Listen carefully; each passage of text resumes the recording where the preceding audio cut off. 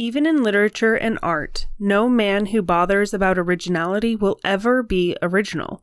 Whereas if you simply try to tell the truth without caring two pence about how often it has been told before, you will, 9 times out of 10, become original without ever having noticed it. C.S. Lewis. You're listening to Writing Roots, brought to you by Aspen House Publishing.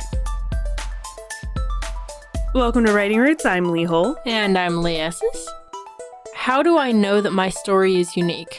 How important is it that I be unique at all? What do I do if I feel like my writing is too much like other books? These are the questions we will be trying to answer today. Uniqueness within a storytelling world is different. We've talked about this before. There's really no new story. They're the same plots over and over and over again, maybe mixed with other plots, maybe shuffled together a little bit. You boil it down far enough and it's the same story. But my story's different.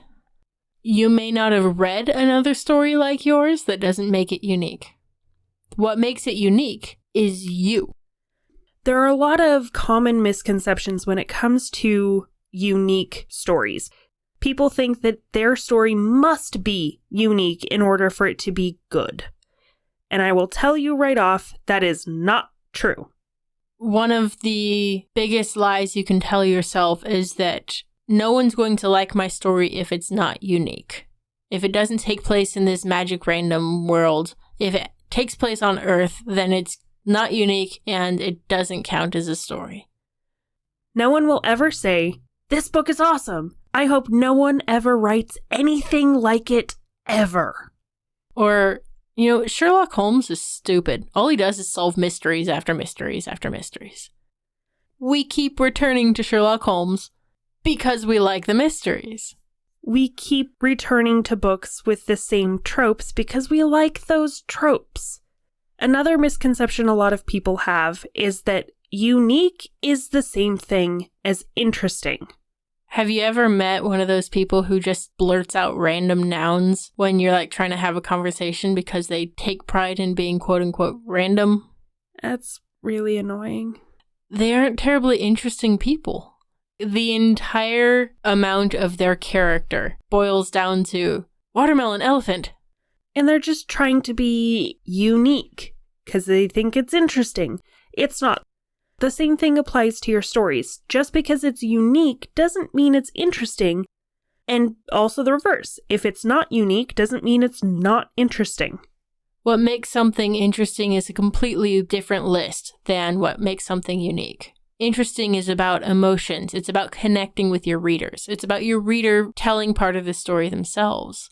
None of that has to do with how commonly it's been out there in the world. In the same vein, people believe that unique is the same thing as standing out from the crowd. No.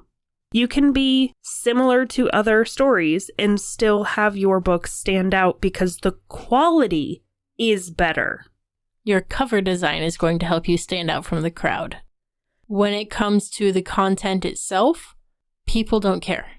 People don't want you to necessarily stand out from the crowd. They want to be able to pull their hair out because the character's making a stupid decision or whatever. They want to react. They don't really care about any other book so long as your book and your writing flourishes.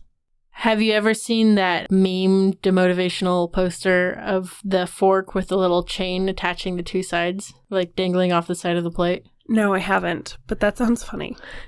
It's captioned, "Just because you're unique doesn't mean you're useful." I like it. Because this fork is very different from the rest of the forks. But you can't actually use it because the point of a fork is to lift things. And the chain is just going to make things flop everywhere. You can have a beautiful fork that's different than the forks around it. But if it's not shaped and built like a fork, it's not going to work like a fork. It's going to sit over there and never get touched by anybody and never serve a purpose.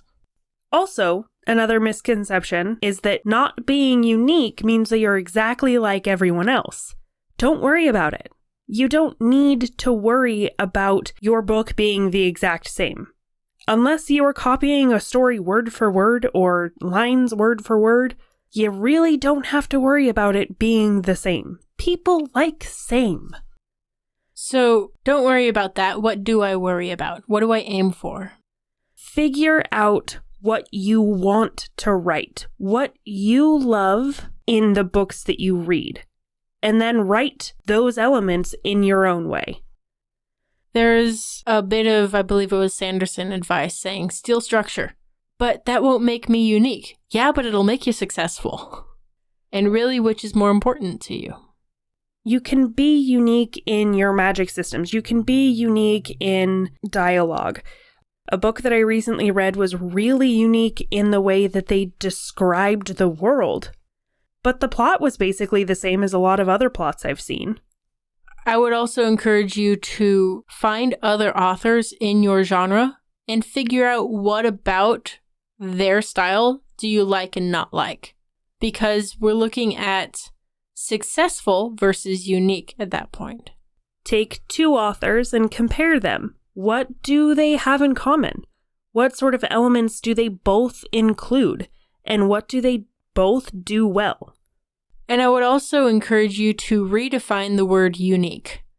Because if you're aiming to stand out from the crowd and aiming to be this extra aloof special thing over in the corner, then no one's going to come visit you. Which, if that's what you want, go for it, do it. But if you want people to read your writing, then it shouldn't just be gibberish words on a page. If you ever get the chance, I encourage you to look up, I believe it was on YouTube, the ugliest piece of music ever written. So these music theory students got together and figured out what people liked and then did the opposite. So it's 27 minutes of sounds that have no key, no basic melody that you can follow, nothing that resembles music. So it's unique, but it's terrible.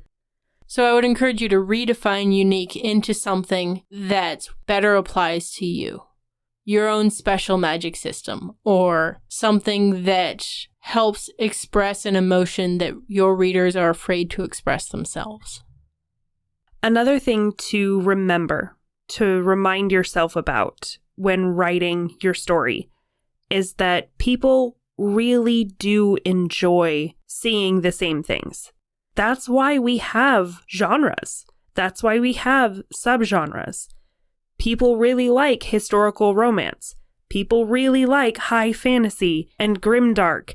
There's these things that have their own tropes, and all of them share elements within the storytelling, like your romance. They're always going to have a happily ever after. That's just what romance is. There's nothing wrong with fitting into these categories, because that's what the readers expect, and there's a lot to be said for filling reader expectations. So I want you to keep an eye out for a couple of things.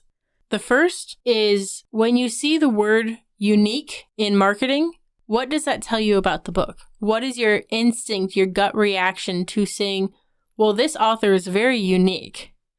I actually get really hesitant when I see that, because I'm like, okay, well, if they're unique, that sounds like a really PR way to say they're okay. There's nothing better that can be said about them. It's not like the marketing team is going, hey, you know what? This book is for people who don't like to sleep at night. It's unique. And what about unique authors? Those authors that defy trends and genres. What do they do well, and what makes them unique? You know, I've talked about it plenty of times. Brandon Sanderson has very unique magic systems. They are not just the standard wave a wand and say some words and things happen magic systems. But his characters, his plots, they all share similar themes and structures to things we've seen before. Those that are defying trends and genres are often successfully defying tropes. Sanderson treads the line between sci-fi and fantasy pretty well, I think. But he's still in a very specific target audience. He has his target audience and he thrives in it. If he tried to write a historical romance, I'm not sure how well that would go off unless there are magic systems involved. It's very rare I see Leigh cringe when thinking about Sanderson's writing. That was a moment. Yeah, I cringed pretty hard trying to think about him writing historical romance. It makes my head hurt. Something else I want you to keep an eye out for and to sort of start to understand are ghostwriters. Ghostwriters kind of feel like a cheat code to me of someone has this concept for a story, but they don't want to put the work into it, so they hire someone else to do it. There is innate difficulty in that because you lose what's unique about the person who designed the story, their voice. This is a little bit different if you're talking nonfiction. It's more common to have ghostwriters do things like biographies because you may have somebody with an interesting life story that doesn't know how to do the whole writing thing, so they'll hire a ghostwriter to do that for them. But ghostwriters in the sense of fiction, especially fantasy, where you have unique worlds, that gets a little weird because you don't get the true unique flavor of the author and their creation. You're getting the creator idea through a filter of someone else. All that comes down to say, your story is unique because you're the one who's writing it. No one else can write this story like you can. So long as it's coming from you, your energy is better spent making your story phenomenal than worrying about how unique it is. Your story matters, so write selfishly. If you have a question or comment for our hosts or a topic you'd like us to cover, send us an email at writingroots@aspenhousepublishing.com or find us on Facebook by searching for Aspen House Publishing.